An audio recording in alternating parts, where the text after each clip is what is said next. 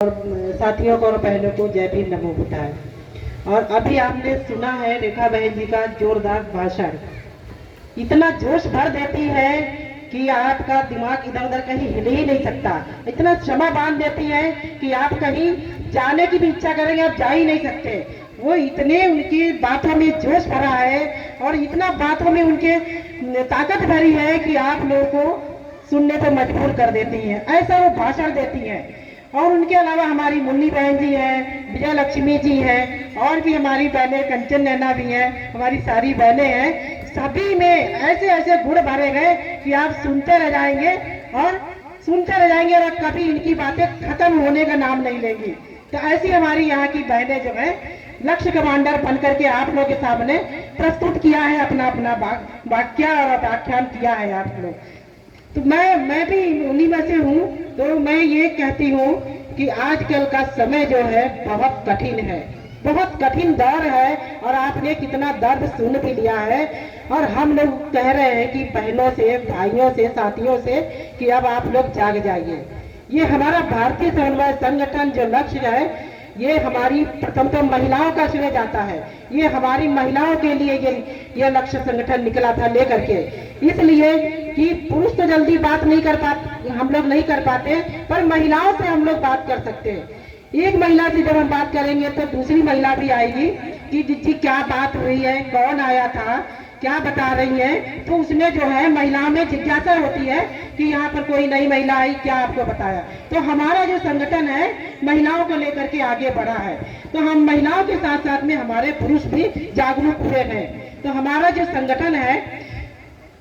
संगठन है बहुत जगह पे विस्तृत हुआ है। ये 27 जिलों में लगभग जा चुका है और हम जो है संगठन से ही जुड़े हुए हैं। हम कहते हैं कि आप लोग भी संगठन से जुड़िए। रही शिक्षा की बात, बाबा साहब ने अपना सबसे बड़ा हथियार दे दिया है।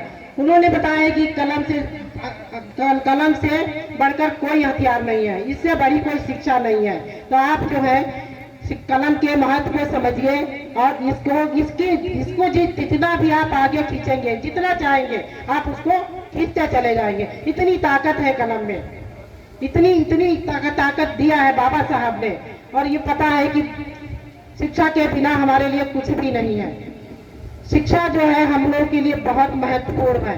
जो हम शिक्षा को लेकर के जो हमारे जो नौकरियां निकल रही हैं, बच्चों को पढ़ने से वंचित किया जा रहा है, रोका जा रहा है, अच्छे कॉलेजों में उनका एडमिशन नहीं हो पा रहा है, उनको जो है जाति के नाम से प्रताड़ित किया जा रहा है। क्यों? वो जान रहे हैं कि ये बच्चे जो है शिक्षित हो करके हमसे सवाल करेंगे, हमसे जवाब पूछेंगे तो हम क्या देंगे। क्योंकि अभी तक तो इन्होंने हमारे शिक्षा को दबा के रखा था, बंद करके रखा था। कहीं ये दलित और ये पिछड़े वर्ग के लोग पढ़ लिख करके हमसे आगे ना बढ़ जाए, इसीलिए शिक्षा को ये लोग खत्म करने की पूरी साजिश कर रहे हैं। तो शिक्षा जो है कितना बड़ा हमें बाबा साहब हमको देके गए थे कि शिक्षा के बदौलत हम कहां से कहां जा सकते हैं। हमें साथियों, बहनों, हमको शिक्षा बिल्कुल भी नहीं छोड़नी है। जैसे भी हो हर हाल में हमने अपने बच्चों को पढ़ाना लिखाना है, आगे बढ़ाना है और हमें किसी भी पाखंड में, अंधविश्वास में बिल्कुल नहीं पड़ना है। और हम इनसे अगर हम दूर हो गए तो हम सच में हम अपने बच्चों को कामयाब बना सकते हैं शिक्षा के। क्योंकि देखिए मजदूरी तो अभी तक हम लोग करते ही आ रहे थे। तो आप क्या चाहते हैं, मजदूरी करना चाहते हैं या 6 घंटा उन बच्चों से कहना चाहते हैं जो पढ़ते नहीं है, जो पढ़ना नहीं चाहते हैं। क्या आप लोग बताइए, पढ़ लिख करके 6 घंटा आप कुछ बनना चाहते हैं या 12 घंटा मजदूरी करके आप मजदूर बनना चाहते हैं? मैं समझती हूँ आप 6 घंटा 8 घंटा पढ़ करके कुछ काबिल बन जाइए, किसी अच्छी नौकरी में जाइए। उस मजदूरी से अच्छा है कि आप पढ़ लिख करके आप अच्छे शिक्षक बन जाइए, अच्छे अफसर बन जाइए, अच्छी कुर्सियों पर जाइए। तो ये तभी संभव हुआ जब हमारे घर घर की महिलाएं इस चीज में जागरूक होंगी।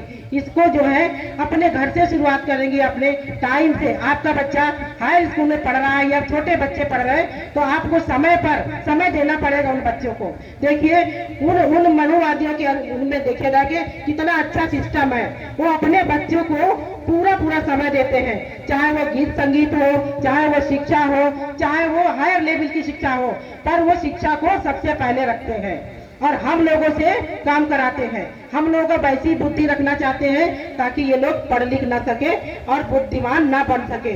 तो ये इन लोगों की चाल है।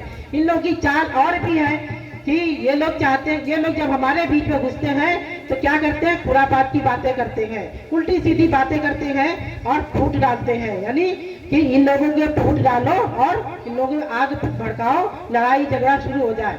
तो हम लोग जो है इन लोगों से दूर हटे ताकि हम लोग आपस में भाईचारा बना के रखे, एक साथ मिल के रहे, तो हम लोग लड़ाई झगड़ा से दूर रहे।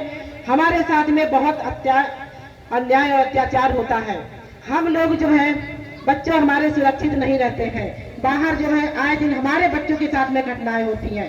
आज से नहीं, बहुत सालों से चली आ रही हैं। हमारी बेटी के साथ, हमारे बच्चे के साथ में कहीं बाहर जाते हैं उनके साथ छेड़छाड़ होती है, बच्चे के साथ में कहीं मारपीट होती है। अब हमारे गांव में एक लखनऊ के पास में एक बन्नौर गांव है, वहां से भी एक घटना जब सुनने को मिली थी। हमारे यहाँ का वो लक्ष्य कमांडर